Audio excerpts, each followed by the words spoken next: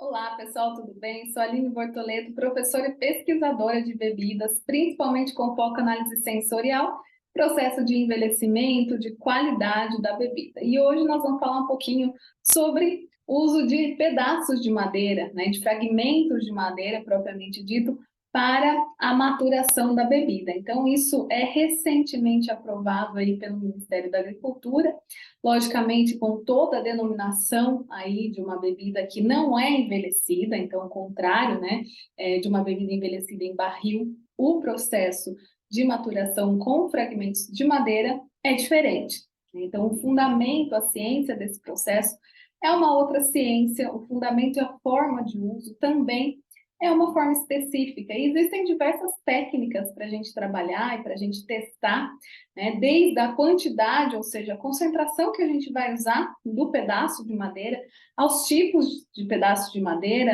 às espécies de madeira diferentes que a gente tem, e também, né, a tosta dessa madeira, que é uma técnica também utilizada na tanoaria no barril, mas que exerce aí mais influência no, nos fragmentos, né? Então, a primeira coisa que a gente tem que entender é que nós estamos falando de um processo diferente, de uma técnica diferente, de fundamentos diferentes. Então, o que a gente entende como envelhecimento, maturação no barril é completamente distinto, né, do que os fragmentos de madeira. Para isso, então, vou explicar um pouquinho aqui para vocês como que funciona, né, e vou deixar já o convite para participar do nosso workshop chips de madeira, uso de chips de madeira, que vai ocorrer nesta quarta-feira, às 16 horas. Para quem não puder participar, e também fica gravado, você pode assistir depois. Bom, mas vamos lá então, né, o que é importante a gente entender como base, como fundamento disso tudo.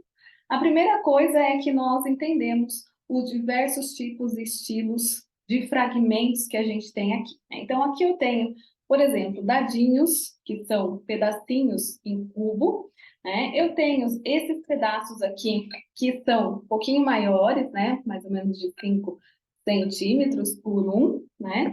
E eu tenho esses outros pedaços aqui que a gente consegue ver que são realmente aparas, né? Pedaços da madeira em si, tá? Então, são os tipos de fragmentos diferentes que eu tenho aqui disponíveis, né? E, logicamente, eu tenho outros, como, por exemplo, esse daqui que eu coloquei um pouco maior, bem maior, né? Tem cerca de 17 centímetros, mais ou menos, tá? E isso vai exercer uma forma de contato com a bebida completamente diferente, né? Então, o tipo de pedaço que eu estou usando, né, é imprescindível a gente saber, a gente entender, porque isso vai se influenciar no produto final, na qualidade do produto final. Depois vem, né, também a gente pode falar da espécie de madeira, então a gente consegue ver pela coloração que nós estamos falando de espécies de madeiras diferentes. Então eu tenho aqui, por exemplo, a jaqueira, tenho bálsamo, eu tenho jequitibá, né? Eu tenho a castanheira, são espécies de madeiras diferentes que vão também trabalhar de maneiras diferentes. Aí a gente fala do perfil sensorial, que é o perfil sensorial atribuído aí pela madeira, porém o processo de utilização, a técnica que eu uso acaba sendo também distinta e trazendo a sua contribuição. Então, quando a gente fala em espécie de madeira, e a gente entra com todas essas espécies e esses tipos de pedaços, eu estou colocando aí mais um fator que vai determinar a diferença do resultado da bebida final, né? Então, eu estou falando da espécie de madeira, eu estou falando do tipo de pedaço, do tipo de fragmento, né? Do tamanho de fragmento que eu estou utilizando, e eu estou falando, né, em terceiro item aí, das tostas, que é uma técnica muito usada na tanoaria. Eu estudei isso na minha tese, muito aprofundado, principalmente do efeito sensorial que essa tosta da madeira faz na bebida final. E, obviamente, algumas madeiras têm, por exemplo, resinas ou componentes que vão se transformar e gerar um outro perfil sensorial completamente distinto, dependendo do grau de intensidade que esse fragmento é tostado, ou seja, que é aquecido, né? Dependendo da temperatura, do tempo em que esse fragmento é aquecido. Então, a gente fala de um outro fator, né? O que multiplica ainda mais as possibilidades dos nossos resultados, tá?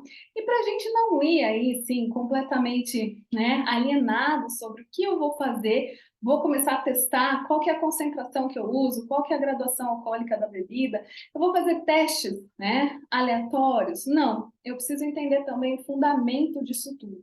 E o fundamento do uso do chip, dos pedaços de madeira, por incrível que pareça, é diferente, obviamente, do fundamento do envelhecimento em barril. Então, no barril a gente tem aí a atmosfera de contato, né, ou seja, o ar, o oxigênio participando, as trocas gasosas aí participando ativamente das mais de 300 reações químicas que ocorrem ao longo do processo. Então, a gente junta tempo, a gente junta a atmosfera do ambiente, a gente junta todas essas questões da madeira em si, da tanoaria, né? E nós estamos falando de uma outra técnica completamente distinta. Por isso é que eu convido vocês para participarem desse workshop, vai ficar gravado, quem não puder estar ao vivo comigo, a gente vai falar um pouquinho sobre essas principais técnicas, como é o uso aprovado já pela nossa nova lei, né? E também vai estar, né, todo esse experimento, quem quiser se aprofundar um pouco mais nisso, a gente vai falar nisso no nosso curso de Master Blender, que é uma formação completa, onde a gente fala sobre os fundamentos, sobre a ciência que envolve o processo de envelhecimento, as técnicas de tanoaria, obviamente agora com essa novidade do uso dos chips. Então, as possibilidades ampliam-se muito mais para a gente utilizar na nossa bebida, né? E também os resultados. E ainda mais quando a gente fala em blend, né? Então, a blendagem aí nada mais é do que a mistura de diversos fatores, todos eles que eu já falei aqui, muitos que eu não falei também, mas para gerar algo novo, algo diferenciado, que amplia para a gente a possibilidade de criação de novos produtos. Então, produtos sendo lançados aí com sabores, aromas, cores, perfis sensoriais ainda não apresentados ao consumidor. E é isso uma grande possibilidade de inovação, logicamente, seguindo a legislação e baseado na ciência e na tecnologia do processo. Então, espero vocês nesses dois cursos onde a gente vai falar sobre madeiras brasileiras, sobre carvalho, sobre barril e sobre chips e fragmentos, outros fragmentos de madeira. Até lá!